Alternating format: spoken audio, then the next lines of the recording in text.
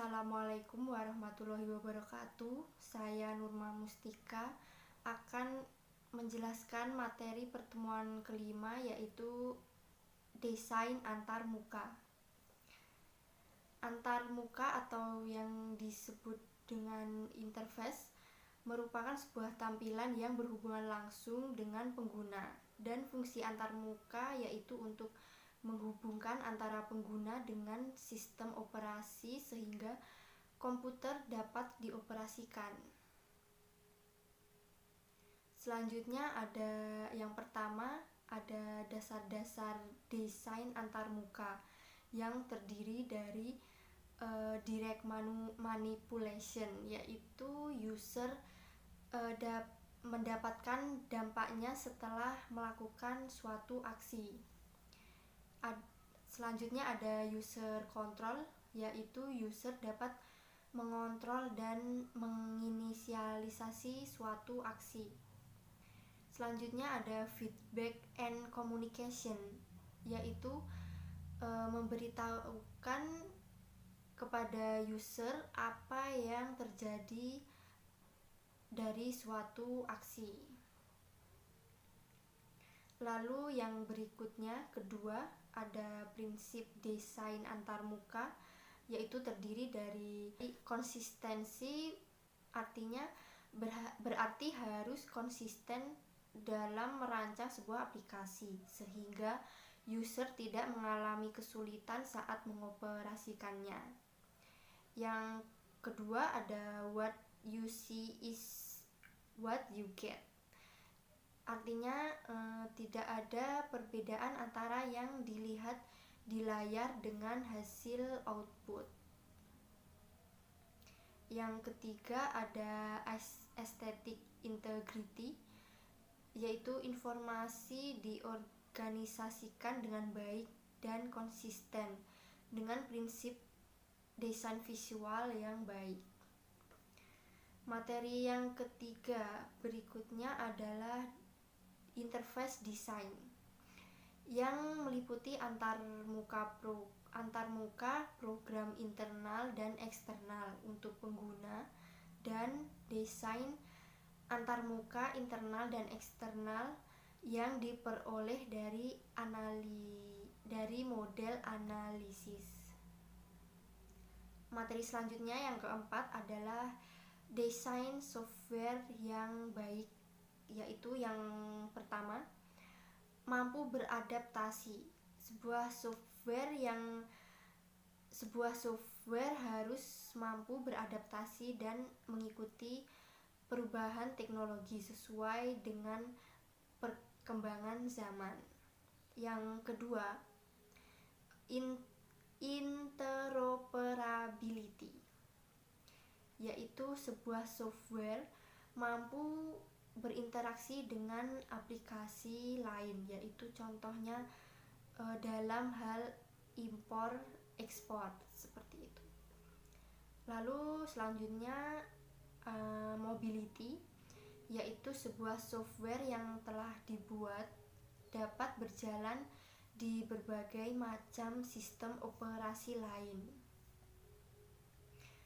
Materi selanjutnya yang kelima, yaitu tentang mendesain layout, yaitu dari model aplikasi ada 3 model aplikasi. Yang pertama ada aplikasi berbasis dokumen, yaitu aplikasi ini menghasilkan sebuah dokumen berupa file, contohnya seperti Microsoft Word, Excel, Corel, Photoshop, dan lain-lain.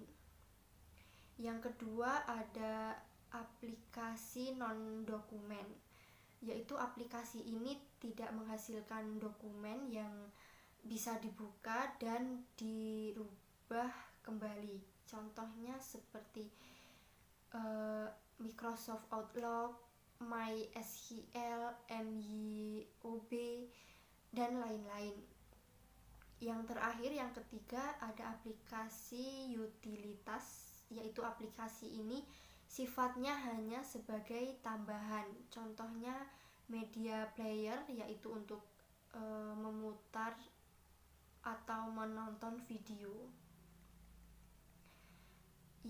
Materi selanjutnya yang keenam yaitu cara pendekatan dalam merancang tampilan, yaitu ada yang pertama ada user centered design approach, di mana user menjadi pusat dalam proses pengembangan sistem. Yang kedua ada user design approach, di mana programmer berusaha membuat interface sebaik-baiknya berdasarkan pengalamannya.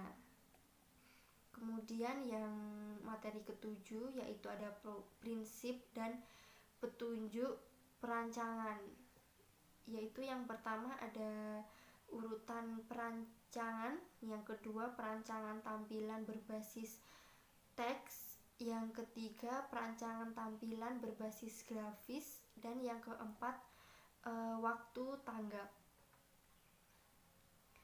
Materi selanjutnya yang kedelapan yaitu komponen antarmuka grafis, yaitu yang pertama ada klik button, yaitu untuk mengaktifkan suatu aktivitas yang diklik dengan menggunakan mouse. Contoh button OK atau cancel atau tanda X itu.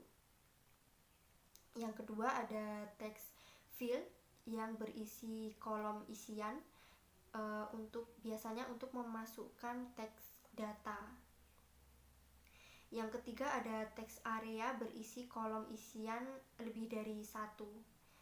Yang keempat spin box. Yang kelima ada checkbox, yaitu pilihan yang memungkinkan pengguna untuk memilih salah satu atau lebih dari pilihan yang tersedia. Dan yang keenam ada tombol radio, ke-7 ada list box, ke-8 ada combo box. Dan materi selanjutnya yang ke-9 yaitu peranti bantu sederhana. Peranti ini berbentuk lembaran kertas kosong atau biasa disebut dengan LKT, yaitu lembar kerja tampilan, yang disajikan atas 4 bagian, yaitu yang pertama nomor lembar kerja, yang kedua bagian tampilan, ketiga ada navigasi, keempat ada keterangannya, yaitu berisi keterangan. Materi ke-10 yang terakhir yaitu ada jaring semantik tampilan. Jaring semantik tampilan ini digunakan untuk memudahkan programmer saat menulis program pada setiap lembar kerja. Sekian penjelasan materi pada pertemuan kelima kali ini. Sampai jumpa pada pertemuan berikutnya. Terima kasih dan Assalamualaikum warahmatullahi wabarakatuh.